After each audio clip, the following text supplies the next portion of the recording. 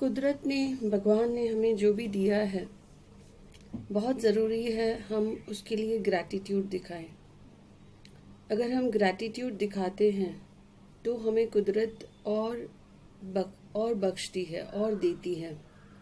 पर अगर हम क्रिटिसाइज़ करते हैं जो भी हमारे पास है तो कुदरत कभी कभी वो भी हमसे छीन लेती है। तो बहुत ज़रूरी है कि हम ग्रैटिट्यूड दिखाएं हमारे पास जो भी है। जितने भी ट्रबल्स हैं हमारे लाइफ में, फॉर एग्ज़ाम्पल बच्चा पढ़ाई कर रहा है और उसे अच्छे मार्क्स नहीं मिल रहे हैं, तो कहाँ ना कहाँ उस बच्चे ने इस बर्थ में या पास बर्थ में दूसरे बच्चों को चिढ़ाया है उनके कम मार्क्स के लिए। या फिर आप की बहुत अच्छी डिग्री आपको मिल गई है और आपको जॉब नहीं मिल रही है। सो कहीं ना कहीं आपने दूसरों से इतना काम करवाया है और उसके लिए उनको पैसे नहीं दिए हैं, या आपने किसी को नौकरी लेकर दे सकते थे, आपने नहीं लेकर दी है, तो इसकी वजह से ये जन्म में नौकरी का कष्ट आपके पास आया है। आप पैसे कमा रहे हैं लेकिन वो सेव नहीं हो रहे हैं, आपके खर्चे हो रहे हैं। सो कहीं ना कहीं आपने किसी के इनकम में ट्रबल डाला है। मे बी आपके ऑफिस के बाहर किसी की दुकान चल रही थी और आपने उनको तंग किया है, या उनसे आपने कमीशंस मांगे हैं। आप मैरिजेबल एज के हैं या आपके बच्चे मैरिजेबल एज के हैं, उनकी शादी नहीं हो रही है, तो कहाँ न कहाँ आपने किसी के शादी में या आपके एल्डर्स ने, आपके एंसेस्टर्स ने किसी की शादी में जाकर रुकावट पैदा की है। इसके लिए वो कष्ट आपके ऊपर आता है, आपके परिवार के ऊपर आता है।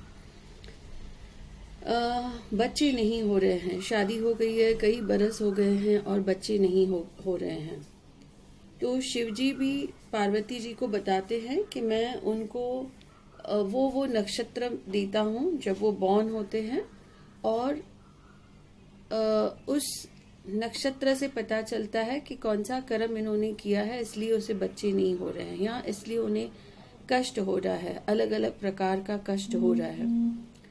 तो उसके भी रेमेडीज हैं।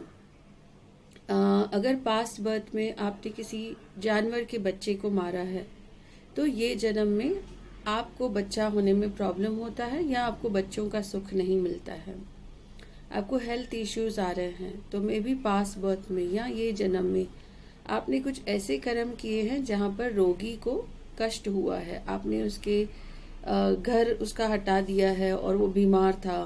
तो इस तरह से दूसरों के बीमारी में उनको कष्ट देने से कहीं न कहीं वो कष्ट हमारे ऊपर वापस आता है।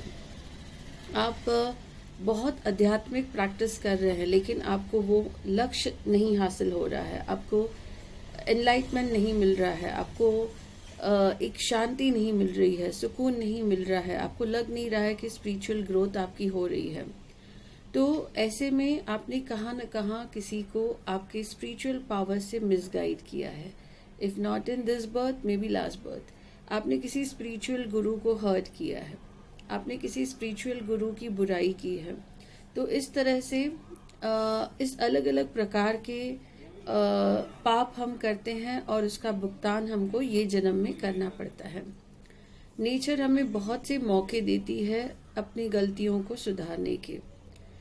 और मैं आपको एग्जांपल्स दूंगी कि जैसे अगर आपने पास्ट में बुद्धि का गलत इस्तेमाल किया है तो वो बुद्धि आपको आपके लाइफ में साथ नहीं देती है।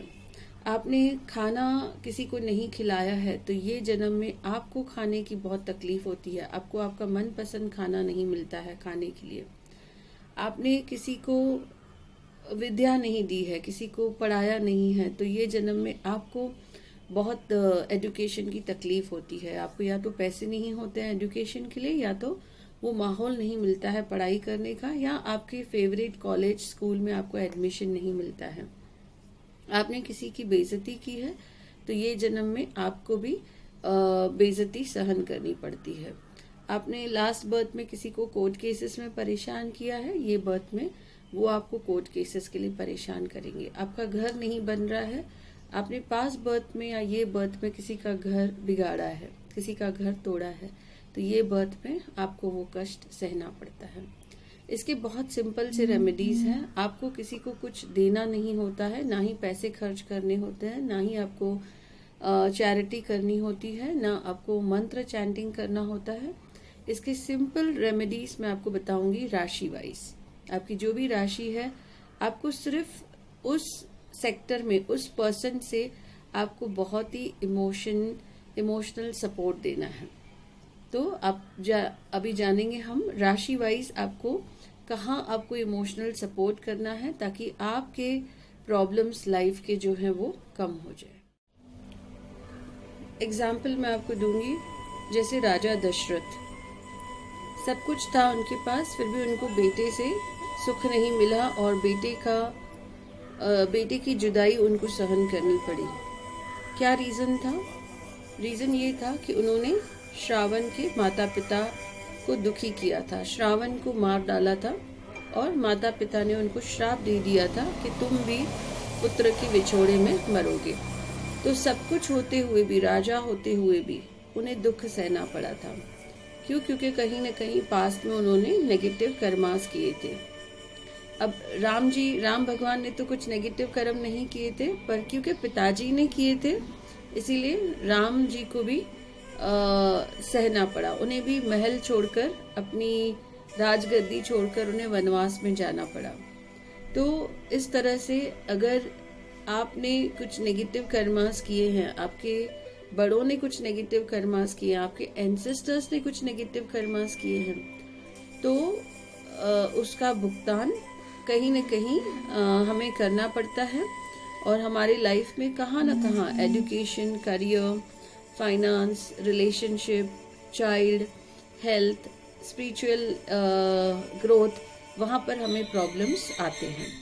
तो हम राशि वाइज जानेंगे कि कहाँ हमें इमोशनल सपोर्ट देने से हमारे प्रॉब्लम्स कम हो सकते हैं। स्कॉर्पियो राशि, आपकी लाइफ में क्या ब्लॉक है और कैसे ये ब्लॉक क्लियर होगा? आपको सिर्फ इमोशनल बॉन्ड बनाना है आपकी और आपकी लव्ड वंस के बीच में।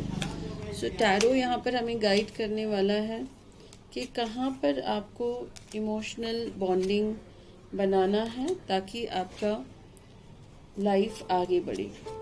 सो यहाँ पर रीडिंग आ रहा है, कुछ इनहेरिटेंस आप एक्सपेक्ट कर रहे हैं। आपके पेरेंट्स के मे बी प्रॉपर्टी, आपके पेरेंट्स के ज्वेलरी, बैंक बैलेंस और आपके इन लॉज से कुछ पैसे आपको आने हैं, वो ब्लॉक है। सो यहाँ पर टैरो बताता है कि कौन से आपने सिंस किए हैं। आपने आपकी फैमिली को क्रिटिसाइज किया है, आपने आपके फादर को क्रिटिसाइज किया है। फादर का इनहेरिटेंस में भी वो छोटा था या मे बी वो रॉन्ग इन्वेस्टमेंट्स कर रहे थे, आपने उनको क्रिटिसाइज किया है, इन लॉज को क्रिटिसाइज किया है। तो अब उसका सिन कैसे क्लियर हो? आपको इन लॉज को के साथ इमोशनल बॉन्डिंग बनाना है, आपको उन्हें इमोशनल सपोर्ट देना है। आपको पास्ट में जितनी भी नेगेटिविटीज आपके साथ आप दोनों के बीच हुए हैं वो आपको क्लियर करनी है, स्लोली क्लियर करनी है। आप अगर प्रैक्टिकली उनको कॉल नहीं कर सकते हैं तो आप जस्ट वर्चुअली उनको याद करके या फिर आप एक पेन पेपर पर लिख सकते हैं कि so and so person, I ask for your forgiveness, I forgive you, there is no grudge between you and me and there's nothing emotional left between you and me. So emotionally you're clear. आप आपके subconscious को clear करते जाते हैं, जिससे आपका subconscious के ऊपर जो वेट है वो काफी कम हो जाता है और आपकी लाइफ में ब्लॉकेजेस निकल जाते हैं। क्या क्या ब्लॉकेजेस क्लियर होंगे आपकी लाइफ में? फर्स्ट, आपको जो भी इनहेरिटेंस आप एक्सपेक्ट कर रहे हो, आपके फादर की प्रॉपर्टी, आपके ग्रैंड पेरेंट्स की प्रॉपर्टी, जो भी आप एक्सपेक्ट कर रहे हो वो आपको मिलेगा। सेकेंड, इन लॉज की तरफ से आप कुछ एक्सपेक्ट कर रहे हो, आपके ब्लॉक्ड पैसे हैं उनके पास या वो आपको कुछ हेल्प करने वाले थे और वो ब्लॉक हो गया है, तो वो आपको मिल जाएंगे। थर्ड, आपका अगर रेपुटेशन खराब हो रहा है या आपके अगेंस्ट कोई कोर्ट केसेस है या आपके बार बार एक्सीडेंट्स हो रहे हैं, तो इन सब से आपको मुक्ति मिलती है। आप बहुत कुछ अकल्ट में करना चाहते हैं बट आप नहीं कर पा रहे हैं, कोई ना कोई आपको टोक देता है या कुछ ना कुछ नेगेटिविटी आपके अकल्ट प्रैक्टिसेस में आ जाती है, तो वो ब्लॉकेज भी ऐसे ही निकलेगा जब आप इमोशनल बॉन्ड बनाएंगे आपके पेरेंट्स के साथ, आपके इनहेरिटेंस के साथ, आपके इन लॉज के साथ, या जो भी अभी तक आपको इन लॉज ने दिया है उसको आपको ग्रैटिट्यूड दिखाना है, उसके लिए कुछ क्रिटिसाइज नहीं करना है। यू शुड बी थैंकफुल कि आपको उतना भी मिला है, लोगों को उतना भी नहीं मिलता है। तो ब्लेसिंग्स काउंट करने हैं, मटेरियलिस्टिक चीज़ें काउंट नहीं करनी है। तो द मोमेंट आप ये स्टार्ट करेंगे ग्रैटिट्यूड दिखाना नेचर को, नेचर आपके सारे ब्लॉक्स क्लियर कर देती है और आपकी लाइफ जो है वो आगे बढ़ती है। I hope you all will like this video. Kindly like it, share it and subscribe the channel.